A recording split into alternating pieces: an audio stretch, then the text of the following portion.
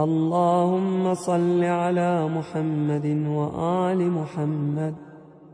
الحمد لله والحمد حقه كما يستحقه حمدا كثيرا، وأعوذ به من شر نفسي، إن النفس لأمارة بالسوء إلا ما رحم ربي، وأعوذ به من شر الشيطان الذي يزيدني ذنبا إلى ذنبي، وأحترز به من كل جبار فاجر وسلطان جائر وعدو قاهر. اللهم اجعلني من جندك، فإن جندك هم الغالبون، واجعلني من حزبك، فإن حزبك هم المفلحون،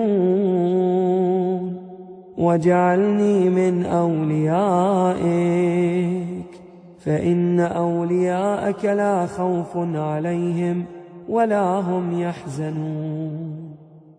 اللهم أصلح لي ديني، فإنه عصمة أمري، وأصلح لي آخرتي، فإنها دار مقري، وإليها من مجاورة اللئام مفري، واجعل الحياة زيادة لي في كل خير، والوفاة راحة لي من كل شر.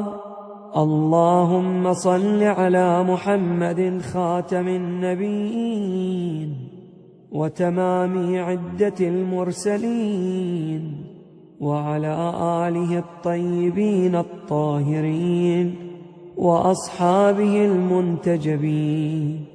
وهب لي في الثلاثاء ثلاثا، لا تدع لي ذنبا إلا غفرته، ولا غما إلا أذهبته، ولا عدوا إلا دفعته.